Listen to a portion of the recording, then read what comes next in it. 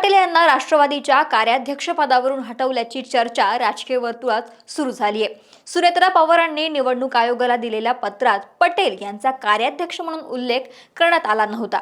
आता या पत्रावरूनच चांगली चर्चा सुरू झाली आहे आणि त्यामुळेच राष्ट्रवादीत मात्र दुफळी माजल्याचं बोललं जातंय। आता नेमका मुद्दा काय आहे समजून घेऊया। नमस्कार, मी अक्षता आणि तुम्ही पाहताय सकाळ। तारीख 16 फेब्रुवारी। प्रफुल्ल पटेल यांनी निवडणूक आयोगाला दिलेलं एक पत्र असल्याचं बोललं जातं। या पत्राची प्रत अद्याप बाहेर आली नसली तरी सुनेत्रा पवार समर्थकांच्या म्हणण्यानुसार या पत्रात पटेल यांनी आयोगाला माहिती देताना पत्रातील सगळे अधिकार राष्ट्रीय कार्याध्यक्षांकडे असतील असं म्हटलं। त्यातूनच संभ्रम निर्माण झाला। तारीख 10 मार्च। सुनेत्रा पवार यांनी आयोगाला दिलेल्या पत्रात त्यांच्या पत्रापूर्वी आयोगाकडे केलेला सगळा पत्रव्यवहार रद्दबातल समजावा असे खास नमूद केले गेले। पवार यांच्या या पत्रामध्ये पक्षाचे पदाधिकारी आणि शिखर समितीमध्ये त्यांच्या व्यतिरिक्त प्रफुल्ल पटेल, सुनील तटकरे, छगन भुजबळ, दिलीप वळसे पाटील, चेतन तुपे, माणिकराव कोकाटे, शेखर निकम, सुबोध मोहिते, शिवाजीराव गर्जे, सरोज अहिरे, सनाम मलिक, जय अजित पवार आणि धीरज शर्मा आहेत। यात प्रफुल्ल पटेल व तटकरे यांचा एकही कट्टर समर्थक नाही। धीरज शर्मा कोणाच्या पारड्यामध्ये आयतेवेळी वजन टाकतील याचा अंदाज बांधता येत नाही। तसेच भुजबळ हे देखील प्रसंगी सुनेत्रा पवार यांच्याच पारड्यामध्ये वजन टाकू शकतात।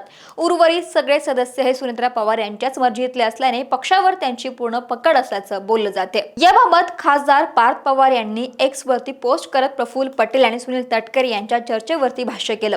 पार्थ पवार यांनी म्हटलं, प्रफुल्ल पटेल आणि सुनील तटकरे यांच्या विरोधात वृत्त निराधार आणि काल्पनिक आहेत। त्यांचं अनेक दशकांचं अढळ कार्य आणि नेतृत्वामुळे आजही मार्गदर्शन मिळतं।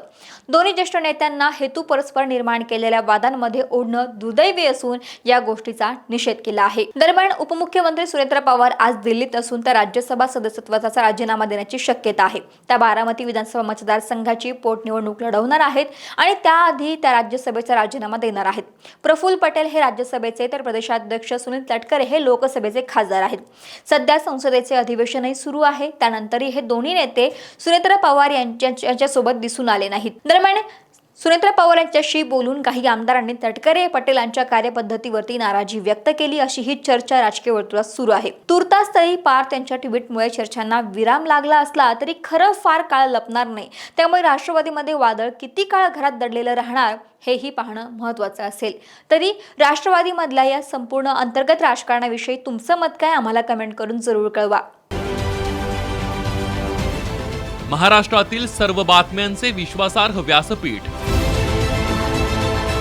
सकाळच्या सर्व सोशल मीडिया प्लॅटफॉर्मला लाईक, फॉलो आणि सबस्क्राईब करा। तसंच